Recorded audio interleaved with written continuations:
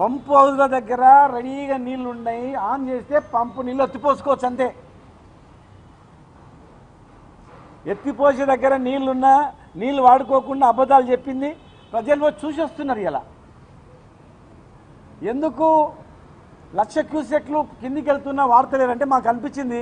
ఇంతకుముందు కొంతమంది రైతులు ఫోన్ చేసి చెప్పారు, అన్న ఏం లేదు, ఇదంతా పంటలు పండితే రైతు బంద్ ఇవ్వాల్సి వస్తుంది,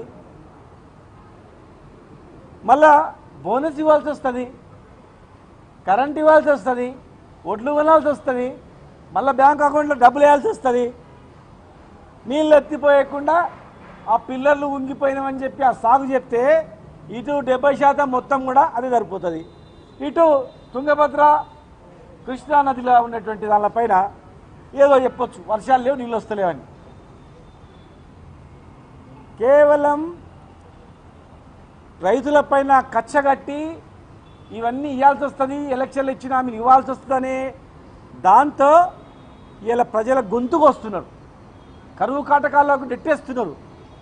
ఈ సీజన్లో హైదరాబాద్లో కూడా తాగడానికి నీళ్ళైనటువంటి పరిస్థితి, కమర్షియల్ కాంప్లెక్స్లలో హోటల్స్లలో నీళ్లు దొరుకుతలేవు, కొంటే కూడా దొరుకుతలేవని చెప్తా ఉన్నారు.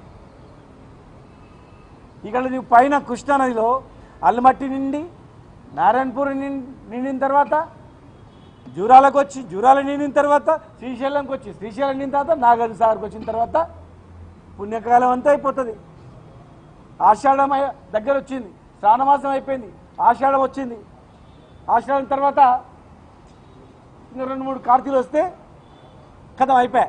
ఈ పాటికి నార్లేసి కలుపులు తీసే పరిస్థితి, కలుపులు తీసి యూరియా జిల్లేటువంటి పరిస్థితి. ఇలా యూరియా కూడా లేదు మీకు కనుక యూరియా దొరకలేదని గొడవ చేస్తారు, చేనులు వెళ్ళిపోయినామని గొడవ చేస్తారు, అక్కడ ఇక్కడ పంటలు పండితే రైతు బంద్ అడుగుతారు, మళ్ళీ రైతు బీబీ. ఇవన్నీ ఎందుకు? పంచాయతీ నీళ్ళు ఎత్తిపోయకుండా ఇతల నీళ్ళు ఎత్తిపోయకుండా కుంగిపోయిన పిల్లల మీద వేసి కాలం గడుపుదాం, ఇటు పైన నీళ్ళు వదులుతారని వాళ్ళ మీద చెప్తాం. కర్ణాటక మీద, మహారాష్ట్ర మీద, ఆ రాష్ట్రాల మీద వేద్దామనేటువంటి ఆలోచనతో ఇలా ప్రభుత్వం ఉంది. ఇంత దౌర్భాగ్యమైనటువంటి పరిస్థితి ఎప్పుడు చూడలేదు.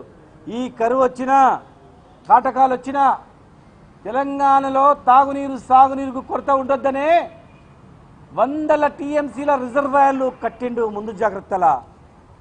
కల్లకుర్తి లిఫ్ట్ ఇరిగేషన్లో 1 టీఎంసీ నీళ్ళ రిజర్వాయర్ కూడా కట్టలేదు. ఎందుకంటే వాళ్ళకి ఆ ముందు చూపు లేదు, రైతుల పట్ల లేదు. మొన్ననే మాట్లాడి ముఖ్యమంత్రి గారు స్వయంగా చెప్పిండు, నీళ్ళు వచ్చేటప్పుడు కడవలల్లా బిందెలల్లా హౌజులల్లా నింపుకుంటారు కదా అని, లిఫ్ట్ వచ్చేటప్పుడు నింపుకోవాలని. మరి లిఫ్ట్ వచ్చినప్పుడు నింపుకోవడానికి కల్లకుర్తి లిఫ్ట్ ఇరిగేషన్లో 1 టీఎంసీ లేదంటే ఆనాడు ప్రభుత్వానికి చిత్తశుద్ధి లేదు. ఇలా కేసీఆర్ గారు పాలమూరు రంగారెడ్డి జిల్లా ప్రాజెక్టులో 60-70 టీఎంసీ రిజర్వాయర్లు, 100-200 పైన టీఎంసీలు ఇక్కడ రిజర్వాయర్లు కట్టి పంప్ హౌజులు కట్టి 2 సంవత్సరాలు కరువు వచ్చినా, ఎల్నీలో లాంటివి 2 సంవత్సరాలు వచ్చినా తాగునీటికి ఢోకా లేకుండా, సాగునీటికి ఢోకా లేకుండా రైతులు సంతోషంగా ఉండాలి. ఈ భారతదేశంలో ఎక్కడ కరువు వచ్చినా రైతుల కష్టాలు ఉంటాయి, కానీ తెలంగాణలో మాత్రం 2 సంవత్సరాల కరువు వచ్చినా కూడా తెలంగాణలో పంటలు పండిన పంట దేశానికి కరువు వచ్చినా, సగం దేశానికి కరువు వచ్చినా ఇక్కడి నుంచి పంటలు పండి అన్నం పెట్టొచ్చు అనే స్థాయిలో ఆలోచన చేస్తే ఇవాళ ఈ ప్రభుత్వం కక్షలతో, కుతంత్రాలతో, కుట్రలతో రైతులను గొంతుగోస్తూ స్కీమ్లు అమలు చేయలేక ప్రభుత్వాన్ని బదలాం చేసి, కేసీఆర్ను బదలాం చేసి కాలం గడపాలని చూస్తే మీకు కాలం చెల్లదు. గుర్తుపెట్టుకోండి, మీ మాటలకు ఎవడు నమ్మడు. ఈ ప్రభుత్వం చెప్పే మాటలన్నీ కూడా తప్పు మాటలు. ఇవన్నీ కూడా అంటే అవినీతి అవినీతి అవినీతి అని, అంటే అప్పులు అప్పులు అప్పులని. ఈ దేశంలో అందరికన్నా తక్కువ అప్పులు తీసింది తెలంగాణ రాష్ట్రమే. అప్పులు ఎవరికంటే వాడికి ఇవ్వరు, కెపాసిటీ ఉన్నోనికే ఇస్తారు. ఇంకా ఎఫ్ఆర్బిఎం పరిధిలో ఇంకా ఎన్ని కోట్ల రూపాయలు అప్పు తీసుకునేటువంటి కెపాసిటీ తెలంగాణ రాష్ట్రంకి ఉంది. ఈ ప్రపంచంలో అప్పులు చేయని దేశమే లేదు. అగ్రభాగమైన అమెరికా కూడా అప్పులు చేసింది. అప్పుల పేరు మీద కాలం గడపొద్దు.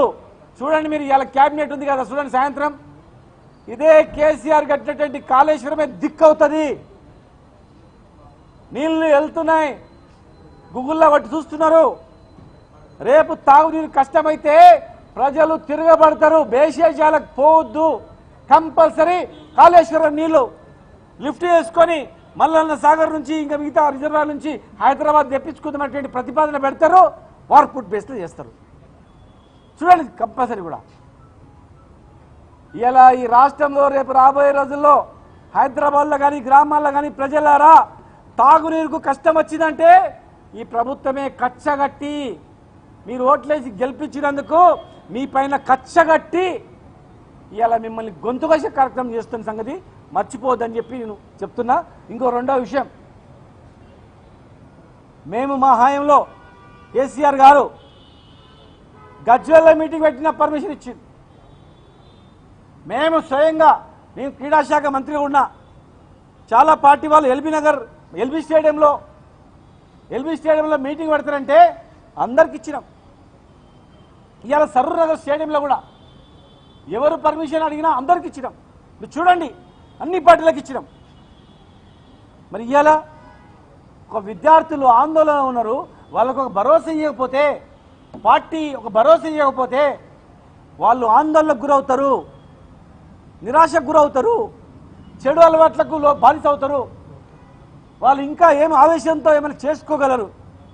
ఒక భరోసా ఇద్దాం, ఆ సమావేశం నుంచి మేము వచ్చి మీకు ఆదుకుంటాం, మిమ్మల్ని అన్ని రకాలు కాపాడుకుంటాం, భయపడకండి నేను ఒక భరోసా ఇస్తామని చెప్పి సరూర్ నగర్ మీటింగ్ పెడితే సరూర్ నగర్ మీటింగ్కు పర్మిషన్ ఇవ్వలేదు. ఇవాళ కోర్టు ఇచ్చింది పర్మిషన్.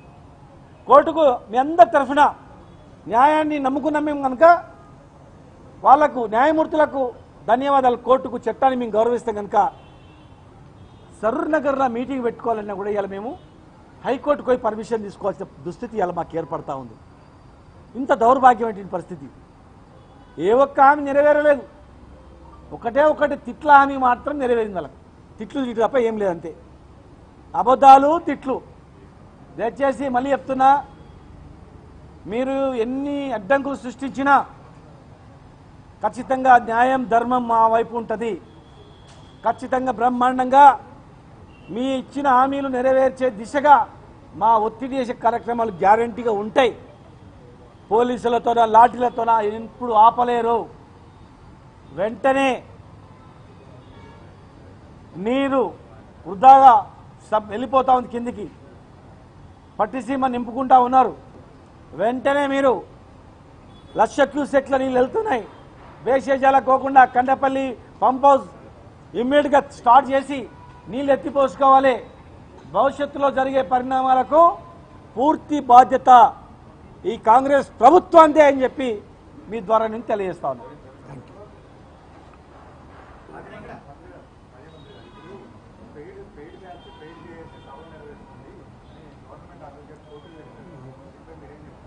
సంగ్రామ